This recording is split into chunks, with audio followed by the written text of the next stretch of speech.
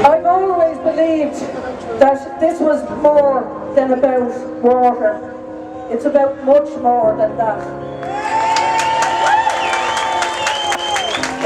It's about people being pushed too far. It's about the insiders, the wealthy insiders, always having the inside track. So I just want to ask you down there, who do you support in this? Do you support our government or do you support Greece? Maybe that government do not represent me in that fight. Neither did they represent me in the fight against the bondholders when they rushed through that legislation in the Dáil. Neither do they represent me in the way that they pushed the Irish water bill through the Dáil. Are you going to give up because Dennis O'Brien's newspapers tells you that this is the last cause? Let's have a quick show of hands. We know what's happening in Greece at the moment. And it's happening because the Greek government had the balls to go to the EU and the ECB and the IMF and tell them to get stuffed with their austerity. They're doing their absolute best to protect their people, their citizens, their families, their elderly, their sick, their children. Hold up your hand if you would love to swap our government for the government that the people of Greece have.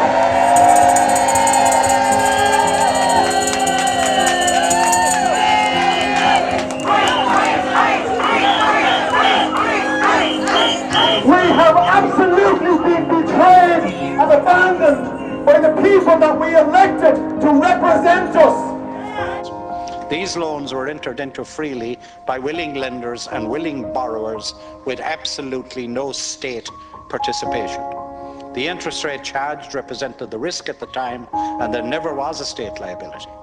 It is obscene that liability for these loans is now being transferred to the Irish taxpayer and in many respects to the poorest of the Irish taxpayers. The Irish government and the Irish taxpayer has no liability whatsoever for these debts. We are not the victims of circumstance, high finance and political games of chance. We are free women and men, and we have the power to begin again. Our task is to dare to dream and act with passion and precision, and to doing birth a grander vision of Ireland, our land, that in the next revision, the turn of the wheel, we may be somewhat closer to the ideal here and now. Indeed, among us, Rosa Parks is taking her seat at the front of the bus every day in subtle ways. But every day she asks you the same question: do you choose liberty? Do you choose liberty? Do you choose liberty? And shut up or cut up tight. If you're not willing to form alliances with people you agree on most issues with, then stand aside and let us get on with the job at hand. It's about citizens being turned into customers with a view to selling off our assets.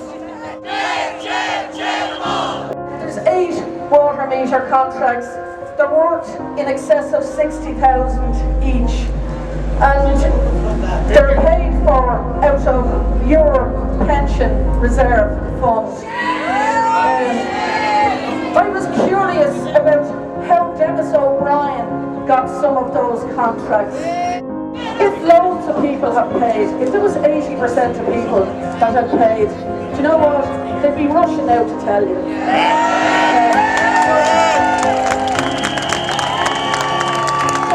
Irish Water's days are numbered. After sitting here 100 years of a struggle, we got our freedom. It took less than 100 years for Fianna Fáil, Fine Gael, Labour to set us out. Europe are now our masters. What the hell is an incident? It's a person who opposes official policy, especially that of an authoritarian state.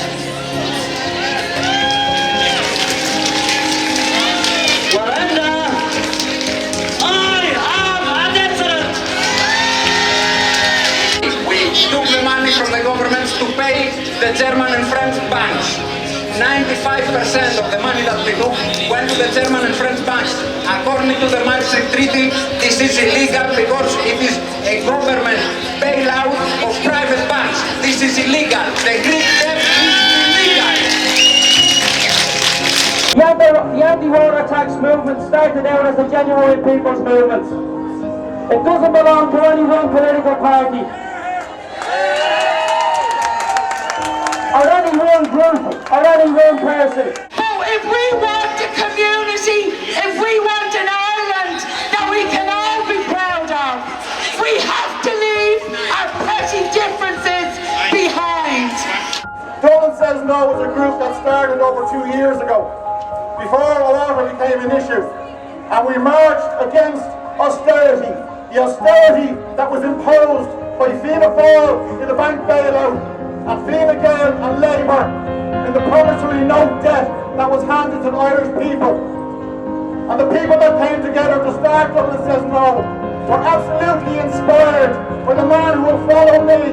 July the 1st, we are heading for Brussels, not for the first time, not for the second time, but I think for the fourth time.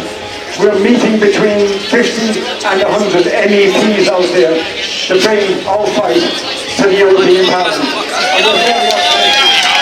The only way we're going to win this fight is if we unite.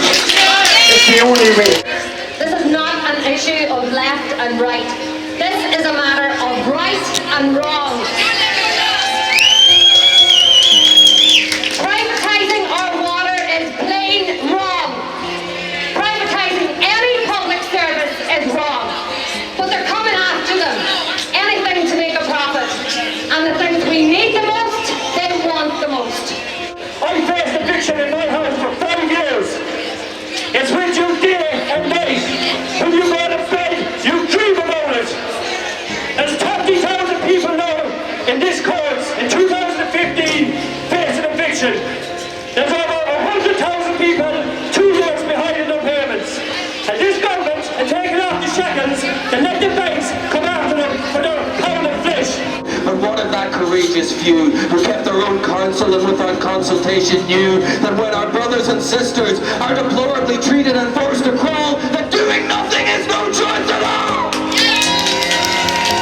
By the power vested in me by me and no other, for Ireland, and in clear defiance of those who thought they had for selling border, in the name of every Irish mother, father, son and daughter, I hereby proclaim our right to water!